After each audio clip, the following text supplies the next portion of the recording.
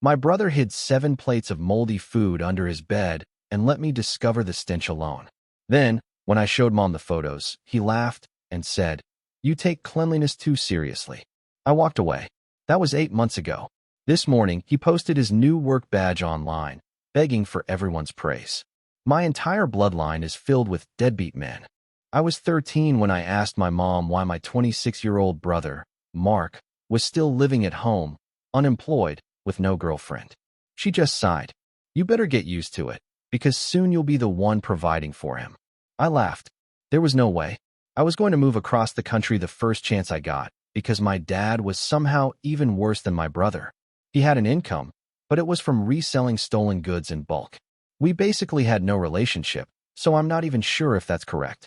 I just remember being in senior year when I hadn't seen my dad for 2 weeks straight. It wasn't the most absurd thing in the world, but still enough for me to ask my mom where he was. She looked down at the ground. "He's arrested," she said with a whisper. I always felt bad for her. She was the only one in the family who actually worked and tried to be a good parent, so I gave her a hug and promised she wasn't alone in this. And I meant it. I got a job in the local chicken shack for 10 hours a week. I knew it meant my grades would inevitably take a hit, but at the time, I figured it was worth it because at least this way my mom wouldn't have to worry about putting money into my dad's commissary. And even when I graduated with a 4.0 GPA, I declined all of the college acceptances because I didn't want my mom to waste her life carrying the weight of the family alone. I took up 40 hours a week at Chicken Shack, as well as a freelance modeling job, which paid around $1,000 a month. But only $200 was actually going into my pocket each month, because by this point, my mom and I were practically parenting 32-year-old Mark, who still hadn't figured it out.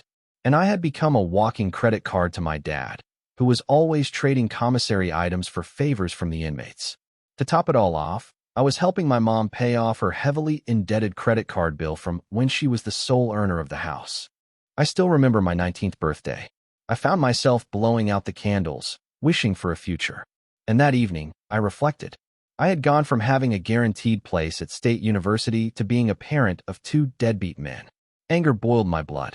I thought about all the dinners my mom insisted on not eating to save money, how she could never say no to Mark and his impossible financial requests, how my dad had stranded her by being an R-word. I clenched my fists so hard my knuckles went white and stormed into my mother's room. I told her I'd keep providing for her and Dad, but Mark had to go. I didn't care where or how. I thought smoke was about to come out of her ears. "How dare you talk about your brother like that? He just needs some time." "Mom, are you serious?" I interrupted. "Look at him. He's a 300-pound spectacle. Mom, he couldn't even finish high school. He's never had a job before. He's taking advantage of you." She slapped me across the face, but her eyes were filled with regret and pain, not anger. I knew I had struck a chord. She told me to get out because she didn't want to live with someone as cruel as me. I didn't argue, didn't shout back, didn't even pack up my stuff, just left. And as I sat in the car, the temples of my head began to throb. Something about seeing the regret in my mom's eyes gave me flashbacks. Suddenly, I was 15 again, giving my mom a pill for heartburn after she found out that Dad was not only cheating on her, but cheating on her with paid escorts, spending money that we didn't have. Then my mind jumped to when I was 17, and it was Mark's 30th birthday. To celebrate, he did a 24-hour video game marathon, meaning he spent all day and night shouting into his computer monitor, and my mom's sleep deprivation ended up costing her a promotion at work. As I sat in the car with my foot on the brake, I knew I had to do something. My mom had spent almost her entire adulthood being bullied, and it was time for Mark and my dad to pay the price. I turned off the car and went back inside. Mom was sitting on the couch with her head in her hands. She looked up, surprised to see me back so soon. "I'm sorry," I said, keeping my voice calm. "But we need to talk about this properly." She just nodded, looking exhausted. Over the next hour, I laid out the facts. We were spending almost $800 a month just on Mark's food and gaming subscriptions. Dad's commissary and phone calls were another $300. Meanwhile, my mom was working overtime at her job, and I was giving up my entire future to keep this family afloat. "I'm not saying we abandon them," I explained, "but they need to start contributing something." Mom finally admitted she was tired too. She agreed that something needed to change, but she wasn't sure how to make it happen. We stayed up late that night making plans. By morning, We had a strategy. First target, Mark. The next day, I called in sick to work and waited for Mark to wake up, which didn't happen until almost noon when he finally stumbled into the kitchen looking for food. I was sitting at the table with my laptop. "Morning," I said, trying to sound casual. "Got a minute? I need your help with something." He grunted and opened the fridge, pulling out leftover pizza. "The internet's acting weird, and I need to submit a job application." I lied. "Can you restart the router for me?" He complained, but eventually waddled over to the living room where the router was. That was step one, getting him off his butt and moving. Step two was getting him interested in something besides video games. "Actually, while you're up, can you help me with this application? It's for a game testing position." That got his attention. Mark loved video games more than anything. "Game testing? Like playing games before they come out?" he asked, suddenly more alert. "Yeah, they pay $18 an hour just to find bugs and stuff, but I don't really have time for it with my Chicken Shack schedule." I watched as his eyes lit up. For the first time in years, Mark looked interested in something that could potentially earn money. I showed him the application, which was real. I'd found it online that morning. He actually sat down and started reading through it.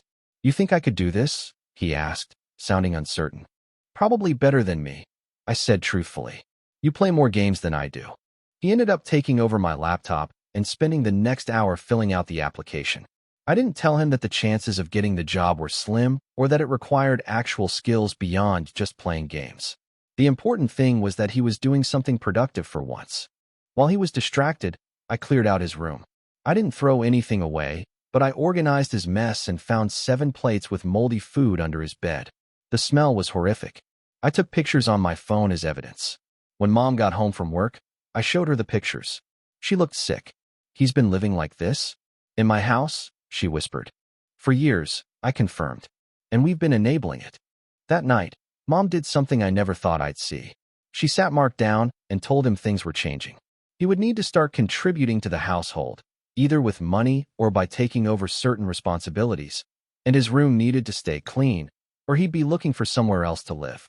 Mark threw a massive tantrum. He screamed about how we didn't understand him, how he was networking with his online friends, how he just needed more time to figure things out. But Mom stood firm. I stayed quiet, letting her take the lead. This was her house, after all. 1 month, she told him. "You have 1 month to either get a job or start helping around here in a meaningful way." I could tell from his face that he didn't believe her.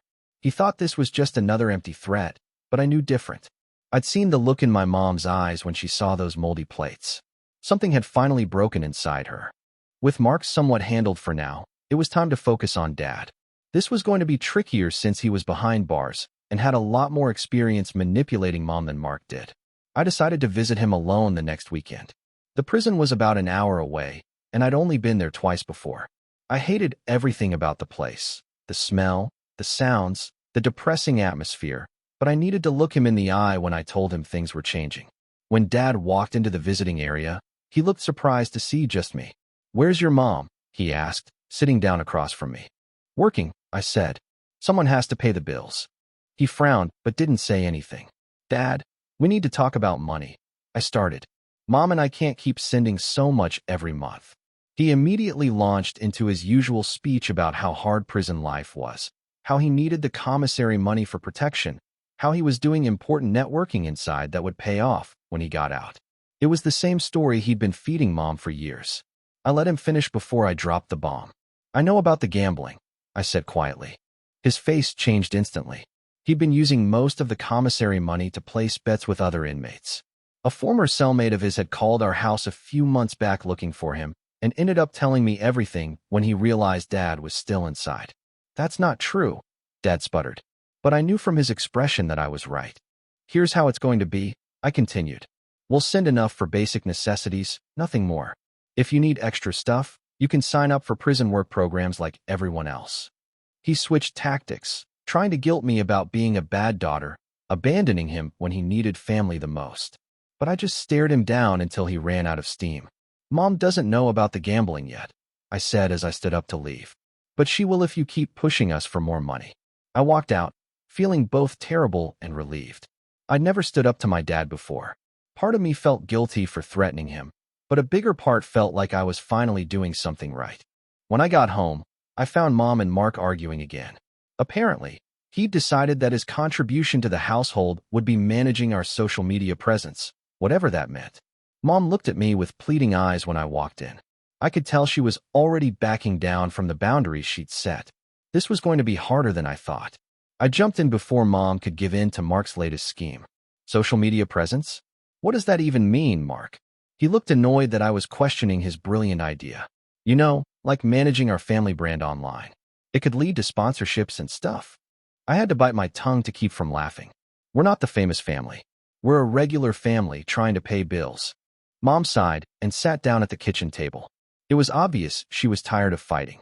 She'd been battling these guys for decades, and her energy was completely drained. Look, I said, trying a different approach. Why don't we make a list of actual household tasks that need doing? Then Mark can pick which ones he wants to handle. Mark groaned dramatically but didn't immediately shoot down the idea, which I took as progress. Mom looked relieved that I was taking over the negotiation. We spent the next hour creating a chore chart like we were dealing with a 10-year-old instead of a 32-year-old man. Mark agreed to take out the trash twice a week and do the dishes every other day. It wasn't much, but it was something. The next morning, I woke up to the sound of my phone buzzing with a text from an unknown number. It was from David, one of Dad's prison buddies. Apparently, Dad had given him my number. The message read, "Your dad needs to talk to you. It's urgent. Call him today." I deleted it without responding. This was exactly the kind of manipulation I was trying to break free from. If it was truly urgent, the prison would contact us directly. I had a morning shift at Chicken Shack that day. When I got home around 3 p.m., Mom was sitting on the couch looking worried. "Your father called," she said. "He says his commissary account is empty and he can't get basic toiletries." I sat down next to her. "I visited him yesterday. Told him we're cutting back on the money we send." Her eyes widened. "You did what?" "Without talking to me first." "Mom, he's gambling with the money we send. A former cellmate called and told me months ago. Dad's been lying about needing it for protection or whatever." Mom's face went through a series of emotions: shock, disbelief, anger, and finally, a deep sadness. "Why didn't you tell me?" "I wanted to have proof first. I didn't want to upset you if it wasn't true." She nodded slowly, processing the information. "So what do we do now?" "We send him enough for actual necessities, but nothing extra. He needs to learn he can't keep draining us." Mom agreed, but I knew she was still conflicted. She'd spent so many years responding to Dad's demands that changing now felt almost wrong to her. The next few days were relatively quiet. Mark actually did the dishes twice without being reminded, which felt like a miracle. I worked extra shifts at Chicken Shack and picked up another modeling gig. Things seemed to be moving in the right direction. Then came the phone call that changed everything. I was at work when my manager told me there was an emergency call from home. My first thought was that something had happened to Mom. I rushed to the phone. "Hello." I answered, my heart pounding. "Hey, it's me," Mark said, sounding casual as if he hadn't just made me panic. "Mom wanted me to tell you that Dad's getting out early. Good behavior or something. He'll be home next week." I nearly dropped the phone. Dad wasn't supposed to be released for another 6 months. We weren't prepared for this. I'd been counting on having more time to get our lives in order before dealing with him in person. "Did she say anything else?" I asked. "Nah, she's out shopping for stuff for his room. Got to go. My game's starting." He hung up before I could ask anything else. I stood there in shock for a solid minute before my manager asked if everything was okay. I mumbled something about a family emergency and asked if I could leave early. Thankfully, she agreed. When I got home, Mom was in Dad's old room, changing the sheets and dusting the furniture. She looked happier than I'd seen her in months. "Isn't it wonderful?" she said when she saw me. "The parole board approved his early release. He'll be home next Friday." I forced a smile. "Yeah, that's unexpected." "Did they say why?" "Good behavior and overcrowding, I think." I didn't ask too many questions. "I'm just glad he's coming home." I wanted to remind her of all the problems Dad had caused, of how peaceful our home had been without him, but I couldn't bring myself to burst her bubble. She was genuinely happy, and that was so rare these days. Instead, I asked, "Where will he work? Has he mentioned any plans?" Mom's smile faltered slightly. "Well, he has some connections from before. I'm sure he'll figure something out quickly." Those connections were exactly what had landed him in prison in the first place. I bit my tongue and nodded. "I'll help you get the room ready," I offered, changing the subject. Over the next few days, Mom went into full preparation mode. She cleaned the entire house, stocked the fridge with Dad's favorite foods, and even bought him new clothes. It was like watching someone get ready for a first date, not the return of a convicted criminal who had drained our bank accounts for years. Mark, meanwhile, seemed completely unaffected by the news. He continued his regular routine of sleeping until noon, playing video games, and occasionally doing the bare minimum of chores we'd assigned him. The game testing job hadn't materialized, as I'd expected. I tried to stay positive, but deep down, I was terrified of what Dad's return would mean for our household. We'd barely started making progress with Mark. Adding Dad back into the mix felt like adding gasoline to a smoldering fire. The day before Dad's release, I decided to have one more conversation with Mom. I found her in the kitchen preparing a welcome home meal for tomorrow. "Mom, can we talk about Dad for a minute?" I asked, trying to keep my voice neutral. She continued chopping vegetables. "What about him? I'm just wondering if we've thought about some ground rules for when he gets back. You know, about money and contributions to the household." She put down the knife and looked at me. "He just got out of prison. Don't you think we should give him some time to adjust before pressuring him?" "It's not about pressure. It's about setting clear expectations from the beginning. We've been working on getting Mark to contribute more. Shouldn't Dad be held to the same standard?" Mom sighed. "It's different with your father. He's been locked up. He needs time." "Mom, that's exactly what you've been saying about Mark for years. He just needs time. Meanwhile, we're the ones carrying all the weight." She turned back to her chopping. Her movements were more aggressive now. "I don't want to fight about this. Your father is coming home tomorrow, and I want it to be a happy day." I knew that pushing further would only cause more tension, so I backed off. But I made a private resolution that I wouldn't let Dad slide back into his old patterns without a fight. Friday arrived too quickly. Mom asked me to come with her to pick up Dad from the prison, but I made an excuse about not being able to get off work. The truth was I couldn't bear the thought of watching their reunion. I knew Mom would be all smiles and forgiveness, and Dad would soak it up without any real remorse. Instead, I arranged to work a double shift at Chicken Shack. By the time I got home, it was after 10 p.m.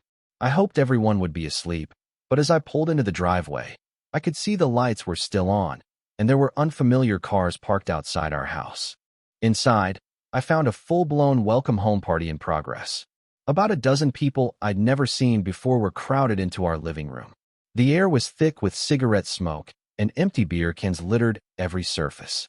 Mark was actually socializing, looking more animated than I'd seen him in years as he talked to a couple of sketchy-looking guys in the corner. And there, in the center of it all, was Dad.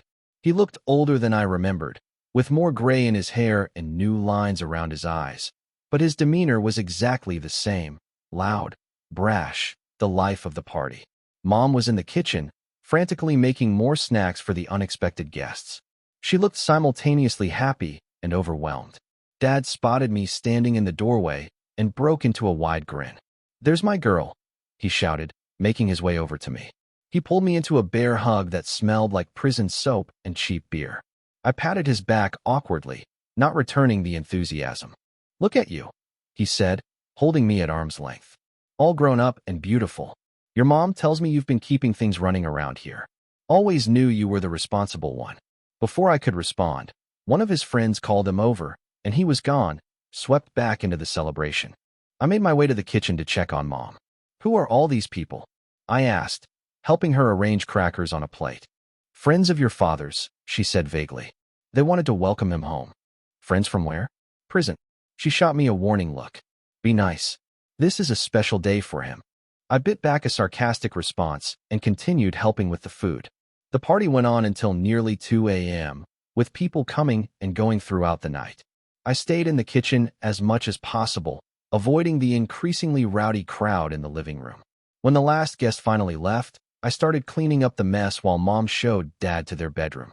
Mark had disappeared hours ago, presumably to sleep off whatever he'd been drinking. As I was taking out a trash bag full of beer cans, I noticed something fall out of one of Dad's friend's jackets that had been left on a chair. It was a small bag of white powder. I froze, staring at it in horror. This was not just a harmless welcome home party. These were the same kinds of connections that had landed Dad in prison in the first place. I quickly picked up the bag and flushed the contents down the toilet. Then I went to my room and locked the door, my mind racing. Dad had been home less than 24 hours, and already our house was filled with drugs and criminals. This was exactly what I'd been afraid of. The next morning, I woke up to the sound of laughter coming from the kitchen. I found Mom and Dad sitting at the table, drinking coffee and looking like a normal married couple. The house had been cleaned up. No evidence of last night's party remained. "Morning, sleepyhead," Dad said cheerfully. "Your mom made pancakes." I mumbled a greeting and poured myself some coffee. Mom looked happier than I'd seen her in years, practically glowing with joy at having her husband back. It made what I needed to say even harder. "Dad, can we talk about last night?" I asked, sitting down across from him. His smile faltered slightly. "What about it? Too loud for you?" "It's not the noise. It's the people you had here. I found drugs in the living room after everyone left." Mom gasped. "What? No, that can't be right." Dad's expression hardened. "You going through my friend's belongings now? Playing cop in my house?" "I wasn't going through anything. It fell out of someone's jacket. And this isn't just your house. We all live here. Right? Because you've been so generous, letting your old man come back to his own home." His voice dripped with sarcasm. Mom jumped in. "Nobody's saying you're not welcome, David. But if your friends brought drugs here, that's a problem. You're on parole." Dad rolled his eyes. "It was probably just some weed."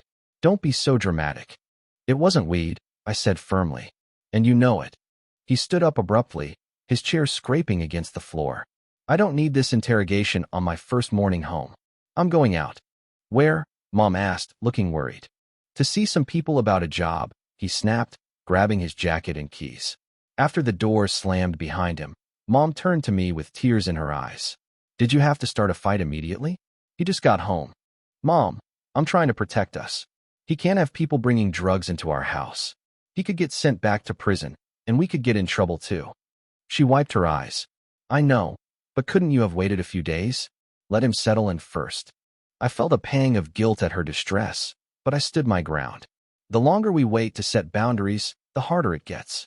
We've learned that with Mark. Speaking of Mark, he chose that moment to shuffle into the kitchen, looking hungover. "Why was Dad yelling?" he asked, rummaging through the fridge. "Your sister found drugs after the party last night," Mom explained. Mark didn't even look surprised. "Yeah, Kevin and Charles were definitely on something. They offered me some, but I said no." Mom and I exchanged shocked looks. At least Mark had enough sense to turn down hard drugs, but the casual way he mentioned it was disturbing. "Did Dad know they brought drugs?" I asked Mark. He shrugged. "Probably. They were his friends from before he went in." This confirmed my fears. Dad wasn't planning to change his ways at all. He was jumping right back into the same lifestyle that had gotten him arrested. Dad didn't come home that night or the next. Mom tried calling his cell phone repeatedly, but it went straight to voicemail.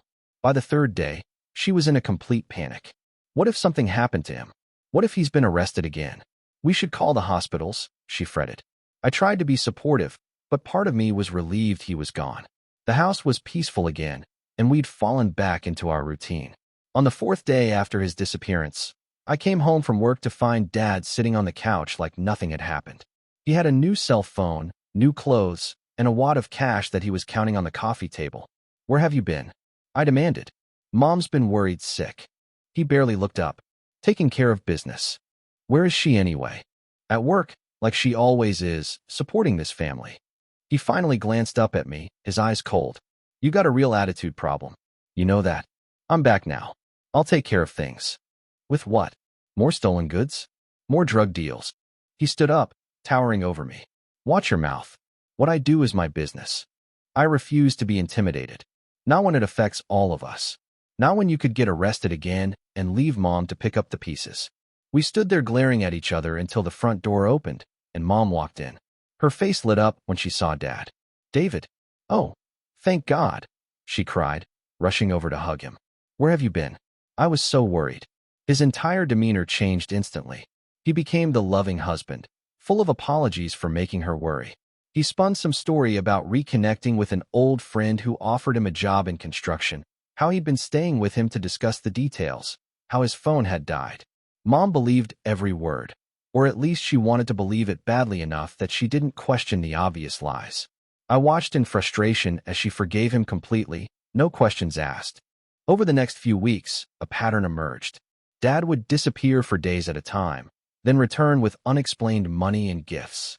He never contributed to bills or groceries, but he'd occasionally bring home expensive steaks or electronics that fell off a truck. Mom accepted these gifts gratefully, as if they somehow made up for his absence and lack of real support. Meanwhile, Mark had regressed completely. With Dad back in the picture, he stopped even pretending to help around the house. The two of them would stay up late drinking beer and watching TV, sleeping until noon while Mom and I continued working our jobs and maintaining the household. It was like all our progress had been erased overnight. I felt defeated and angry watching Mom fall back into her old patterns of enabling both of them. One evening, about a month after Dad's return, I came home to find a strange car in our driveway and raised voices coming from inside. I entered cautiously to find Dad arguing with a man I'd never seen before. They both fell silent when they saw me. "Everything okay?" I asked, looking between them. "Fine," Dad said tersely. "Riley here was just leaving." The man, Riley, looked at me with an odd expression, somewhere between pity and warning. "Yeah, all good. Your dad and I just had a misunderstanding about some money." After he left, I confronted Dad. "What was that about?" "Nothing for you to worry about," he said dismissively. But I did worry. The incident with Riley was just the beginning. Over the next few weeks, more strangers showed up at our house looking for Dad. Sometimes he'd meet them outside for quick, tense conversations. Other times, they'd come inside and disappear into the basement with him for hours. Mom pretended not to notice, but I knew she was becoming anxious again. The bags under her eyes got darker, and her smile became forced. She was working extra shifts to cover the increased expenses of having Dad and his friends around constantly. I decided to do some digging. One afternoon when Dad was out, I went through his things. Hidden in his closet, I found a burner phone, different from the one he normally used. Scrolling through the texts, I saw messages about product deliveries and payments. It was clear he was dealing again. I took photos of the messages as evidence, then put the phone back exactly where I'd found it. I didn't know what I was going to do with this information yet, but I needed proof in case things got worse. And they did get worse, much worse. One night around 2 a.m., I was awakened by the sound of breaking glass. I crept downstairs to find Dad in the kitchen, clearly drunk or high, rummaging through Mom's purse. "What are you doing?" I asked from the doorway. He jumped, then glared at me. "Mind your own business." "That's Mom's purse." "It is my business." He abandoned the purse and moved toward me, his movements unsteady. "You think you run this house now? You think you can tell me what to do?" I stood my ground. "I think you're stealing from Mom to support your habit." He laughed, an ugly sound. "My habit? I'm making money, kid, more than you and your mother combined." "Then why are you going through her purse at 2 a.m.? His face darkened. "I need some cash for a business opportunity. She'd want me to take it if she was awake." "Then wake her up and ask her." We stood there in a standoff until he finally backed down, muttering curses as he stumbled out of the kitchen. I stayed awake the rest of the night, sitting on the stairs to make sure he didn't try again. The next morning, I waited until Dad left the house. Then I showed Mom the photos I'd taken of his burner phone messages. "He's dealing again, Mom. And last night, I caught him trying to steal money from your purse." She stared at the photos, her hands shaking. "Maybe it's not what it looks like. Maybe." "Mom, stop. You know exactly what this is. He hasn't changed. He's never going to change." She broke down crying then, all the hope and joy she'd felt at his return crumbling away. I hated seeing her like this, but we couldn't keep living in denial. "What do we do?" she asked through her tears. "We need to give him an ultimatum. Either he gets clean and finds legitimate work, or he can't stay here anymore." She nodded slowly, though I could tell she was terrified of confronting him. "You're right, but let me be the one to talk to him." I agreed, even though I doubted her ability to stand firm against his manipulation, but it had to be her decision. That evening, Mom sat Dad down in the living room. I stayed in the kitchen, close enough to hear but giving them space. She was gentle but firm, telling him she knew about the dealing and that it had to stop. She offered to help him find legitimate work, to support him through making a real change. At first, he denied everything. When that didn't work, he turned to anger, accusing her of spying on him and not trusting him. Finally, when he realized she wasn't backing down, he switched to remorse, promising he would change, begging for another chance. It was textbook manipulation, and I held my breath, waiting to see if Mom would fall for it again. To my surprise and relief, She held firm. I love you, David, she said, her voice stronger than I'd heard it in years. But I can't keep doing this. You need to make a real change, or you need to leave. He stormed out, slamming the door behind him. Mom came into the kitchen, looking drained but determined. You did great, I told her, giving her a hug. He'll be back, she said, and he'll try to convince me he's changed. I need you to help me stay strong. I will. We'll do this together. The next few days were tense. Dad came home late every night, avoiding Mom and me. Mark seemed confused by the changing dynamics, but stayed out of it, retreating further into his gaming world. Then came the night that changed everything. I was working a late shift at Chicken Shack when I got multiple missed calls from Mom. When I finally had a break and called her back, she was hysterical. The police are here, she sobbed. They've arrested your father again. They found drugs in the house. My heart sank. Are you okay? Is Mark okay? We're fine, but they searched everything. They're saying your father was operating a distribution network. I left work immediately and rushed home. The police were still there, combing through our belongings. Mom sat on the couch looking shell-shocked. Mark was actually being useful for once, making her tea and trying to calm her down. One of the officers pulled me aside to ask some questions. I told him truthfully that I'd suspected Dad was dealing again, but didn't have concrete proof beyond some text messages I'd seen. The officer seemed sympathetic, assuring me that they knew the family wasn't involved in Dad's operation. After they finally left, Mom, Mark, and I sat in the living room in stunned silence. What happens now? Mark asked, sounding younger than his 32 years. Dad goes back to prison, I said. Probably for longer this time. Mom wiped her eyes. I should have kicked him out when you first showed me those messages. This is my fault. No, I said firmly. This is Dad's fault, only his. He made these choices. We sat together late into the night processing what had happened. For all the pain and chaos Dad had caused, his arrest had done something unexpected. It had united the three of us in a way I hadn't thought possible. The next morning, I woke up to find Mark in the kitchen, awkwardly trying to make breakfast. He'd burned the toast and spilled orange juice everywhere, but he was trying. What are you doing? I asked, genuinely surprised. He shrugged, looking embarrassed. Thought Mom could use a break. It was a small gesture, but it gave me hope. Maybe, just maybe, this crisis could be the turning point we needed. Over the next week, something shifted in our household. With Dad gone and the reality of his choices impossible to ignore, both Mom and Mark seemed to wake up from a long spell of denial. Mom began talking about selling the house and moving to a smaller place, something more manageable on her income. Mark, in a shocking turn of events, asked me to help him look for a job online. He was terrible at it. His resume had more gaps than content, but he was actually trying. I noticed small changes in Mark first. He started picking up after himself more often. He began asking me questions about how bills worked and seemed genuinely concerned when he learned how much Mom was paying for everything.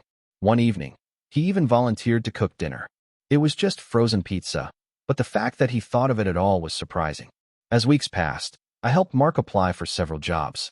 He'd get frustrated easily and would sometimes slip back into his old habits, gaming for hours instead of following up on applications.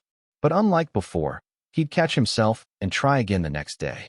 It wasn't a dramatic transformation, but these small steps showed he was trying to change. After his third interview rejection, Mark actually came to me looking disappointed rather than entitled.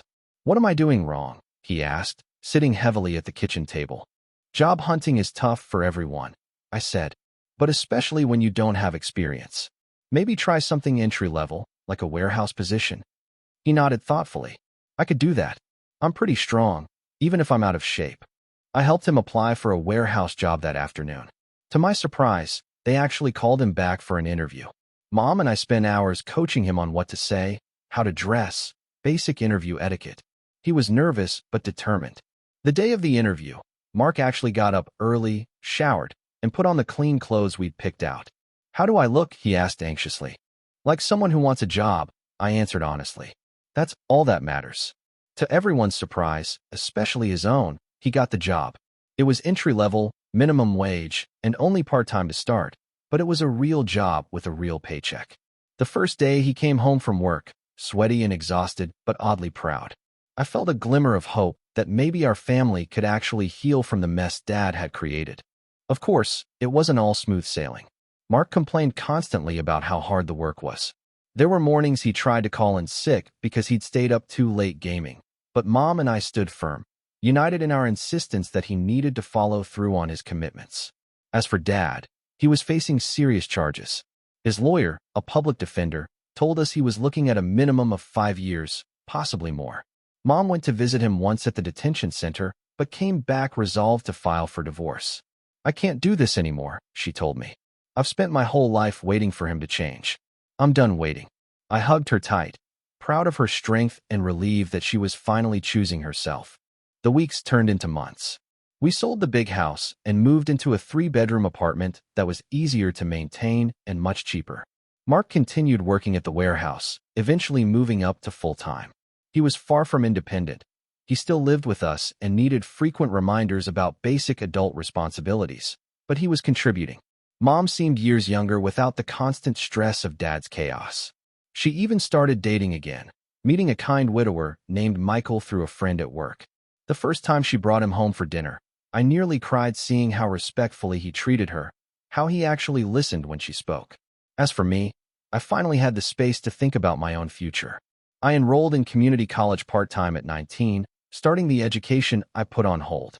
It wasn't state university, but it was a beginning. One evening, about 6 months after Dad's arrest, I was studying at the kitchen table when Mom came home from a date with Michael, practically glowing with happiness. "Good night," I asked, smiling at her obvious joy. She nodded, sitting down across from me. "Michael asked me to go on a weekend trip with him next month." "That's great, Mom. You should go. But what about you and Mark? What about the apartment?"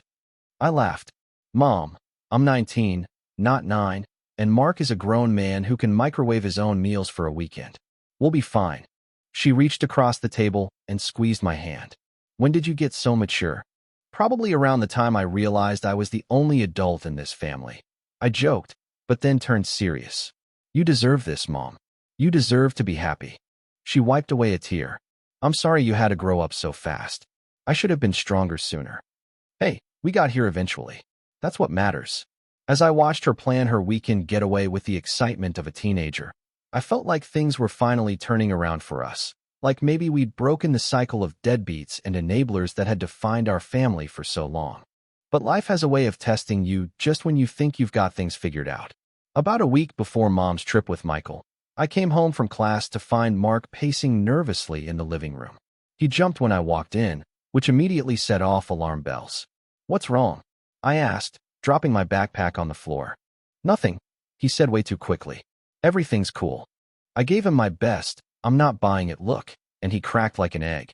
"Okay, so I might have done something stupid," he admitted, running his hands through his greasy hair. "Remember those guys Dad used to hang out with? Kevin and them." My stomach dropped. "Please tell me you haven't been talking to them." "It wasn't like that. Kevin reached out to me on Facebook, said he had some of Dad's stuff he wanted to return, said it was valuable." "And you believed him?"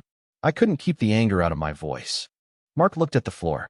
"He came by earlier today, dropped off a package." "Where is it?" I demanded. Mark pointed to a shoe box on the coffee table.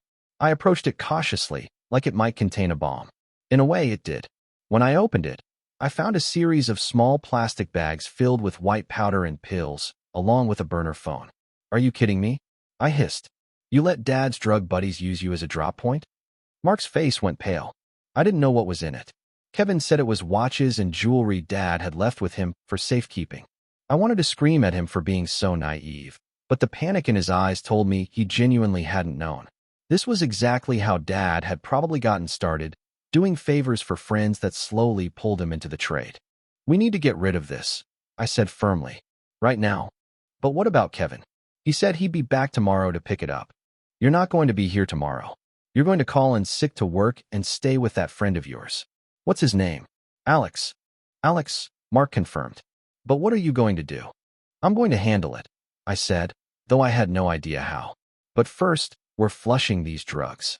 Mark followed me to the bathroom, where I emptied each bag into the toilet, watching the powder dissolve in the water. The pills took a few flushes, but eventually, everything was gone except the phone. I wrapped it in a washcloth and smashed it with a hammer, then divided the pieces between 3 different trash bags. "What do I tell Kevin when he asks about his stuff?" Mark asked, looking genuinely scared for the first time. Nothing. You're not going to talk to him ever again. Block him on everything. After making sure Mark had packed an overnight bag and called Alex to arrange his stay, I drove him across town. On the way, I gave him a crash course on why you don't accept mystery packages from your convicted father's criminal associates. I really didn't know. He repeated for the 10th time as I pulled up to Alex's apartment building. I believe you, I sighed. But you've got to start thinking, Mark. You're too old to be this naive. He nodded, looking embarrassed. What about Mom? Should we tell her? Absolutely not. She's finally happy for once. I'll handle Kevin. After dropping Mark off, I drove home and spent the night researching Kevin on social media. I found his profile easily enough. He wasn't exactly trying to hide. His page was filled with photos of him partying, showing off cash and expensive watches. Typical dealer behavior, flaunting wealth with no visible job. The next day was Friday, and I called in sick to both work and school. I didn't know exactly when Kevin would show up, but I wanted to be ready. Around 11 a.m., a black Dodge Charger pulled into our apartment complex, and Kevin stepped out, wearing designer sunglasses and a jacket that probably cost more than our monthly rent. I watched from the window as he swaggered to our door and knocked. Taking a deep breath, I opened it. His smug expression faltered when he saw me instead of Mark. Where's your brother? Not here, I said, blocking the doorway. And neither is whatever you left with him. Kevin's face hardened. Where is it? Gone. And don't bother threatening me or him.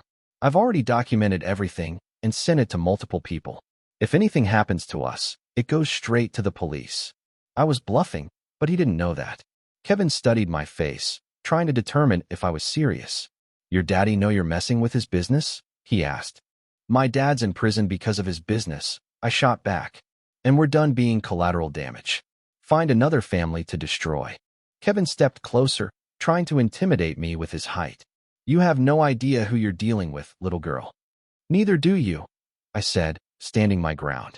Now get off our property before I call the cops and report a drug dealer harassing me. I've got your license plate and plenty of witnesses around this complex. I gestured to the nosy neighbor across the way, who was blatantly watching our interaction from her window. Mrs. Gable might be a pain sometimes with her complaints about our TV being too loud, but right now, her surveillance hobby was exactly what I needed. Kevin followed my gaze to Mrs. Gable, then looked back at me with pure hatred, but he backed up. This isn't over, he growled. Yes, it is, I said and closed the door in his face. I watched through the peephole as he stormed back to his car, punched the hood once, then drove away. My knees nearly buckled with relief once he was gone. I had no idea if my bluff would hold, but at least I'd bought us some time. I called Mark immediately to update him. Is it safe for me to come home? He asked. Maybe give it another day, I suggested, just to be sure. That evening, I sat Mom down and gave her a sanitized version of events, saying one of Dad's old friends had stopped by looking for him and seemed sketchy. I didn't mention the drugs or the threat, just that I thought we should be careful about opening the door to strangers. Mom looked worried.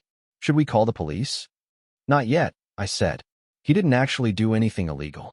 But maybe we should think about moving again, somewhere Dad's friends don't know about. She nodded slowly. I've been thinking that anyway. This place has too many bad memories. The next day, Mark came home, and life went back to normal, or what passed for normal in our family. Mom went on her weekend trip with Michael and came back looking happier than I'd seen her in years. Mark continued working at the warehouse, and I kept up with my classes. I started to think maybe the Kevin situation was actually over. 3 weeks passed without any sign of him. Then the notes started appearing. The first one was tucked under our windshield wiper, just a plain white paper with "Watching You" printed on it. It could have been random, but the timing felt too suspicious. The second note came a few days later, slipped under our apartment door. Payback coming. I kept both notes from Mom, but showed them to Mark, who went pale. What do we do? He asked, his voice shaking. We move, I said decisively. Sooner rather than later. That night, I discussed it with Mom, framing it as wanting a fresh start in a different neighborhood closer to my college. She was hesitant at first. We'd only been in this apartment for a few months, but eventually agreed it made sense. Michael mentioned his building has a vacancy, she suggested. It's a secure complex with cameras and everything. The thought of living in the same building as Mom's boyfriend was a little weird, but security sounded pretty good right about now. We arranged to see the apartment that weekend. Michael's building was much nicer than ours, an actual locked entrance, hallway cameras, and a small gym in the basement. The apartment itself was similar in size to our current place, but freshly renovated. More importantly, it was in a completely different part of town, and the building required visitors to be buzzed in. We signed the lease that day and started packing immediately. I was so paranoid about Kevin finding out where we were moving that I insisted we tell absolutely no one our new address except Michael and Alex. Moving day arrived without incident. Mark had actually saved enough from his warehouse job to rent a small moving truck, which felt like a minor miracle. As we loaded the last of our belongings, I kept scanning the street for Kevin's black Charger, but there was no sign of him. The new apartment complex felt safer immediately. Just the act of having to be buzzed in made me breathe easier. We spent the first night unpacking the essentials and ordering pizza, all three of us giddy with the feeling of a fresh start. Around midnight, as I was making up my bed, my phone buzzed with a text from an unknown number. New place is nice. Locks won't help. My blood ran cold. I checked all the windows and doors twice, then sat awake until dawn, jumping at every noise. When morning came, I showed the text to Mark but kept it from Mom. She was finally happy with Michael. I didn't want to ruin that. "We need to go to the police," Mark said after seeing the message. "And tell them what? We flushed a bunch of drugs that we can't prove existed? That some guy is sending us vague, threatening texts." I didn't mention my biggest concern, how Kevin had found our new address. Someone must have told him. Maybe a former neighbor?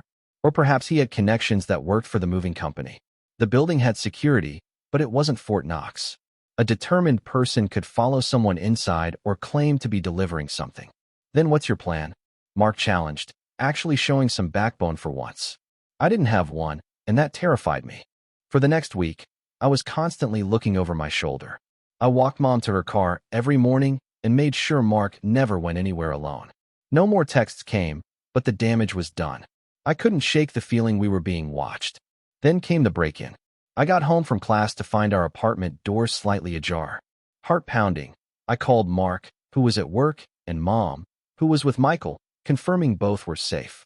Then I called the building manager, who came up with me to check the apartment. Nothing was stolen. In fact, nothing was even disturbed, except for my bedroom. On my pillow sat a small plastic bag of white powder with a note. "Next time it goes to the cops with your fingerprints." I flushed the drugs immediately before the building manager could see them. When he asked if anything was missing, I lied and said no, everything was fine. I didn't file a police report. I couldn't risk them finding drug residue in our apartment, not with Dad's history. That night, I made a decision. This had to end, and I was done being reactive. It was time to take the fight to Kevin. The next day, I skipped class and drove to the address I'd found on Kevin's Facebook page. It was a flashy condo in a gentrifying area of town. I parked across the street and waited, rehearsing what I would say. Around noon, Kevin emerged from the building, getting into his Charger. Instead of confronting him, I followed at a distance. He drove to a small coffee shop and went inside. Through the window, I could see him meeting with another man, older, better dressed, probably his supplier. I took photos with my phone, making sure to get clear shots of both their faces. Then I continued following Kevin throughout the day, documenting his stops at what were obviously drop points for his dealing operation.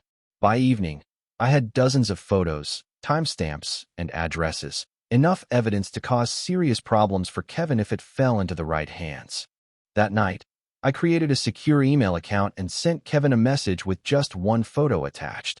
Him handing a package to a teenage kid behind a convenience store. The subject line read, "I have more. Leave us alone, or these go to Detective Williams." Detective Williams was the officer who had arrested my dad. I figured his name would carry weight. 2 days passed with no response. I was starting to think my plan had failed when I got a text from the same unknown number. "Deal.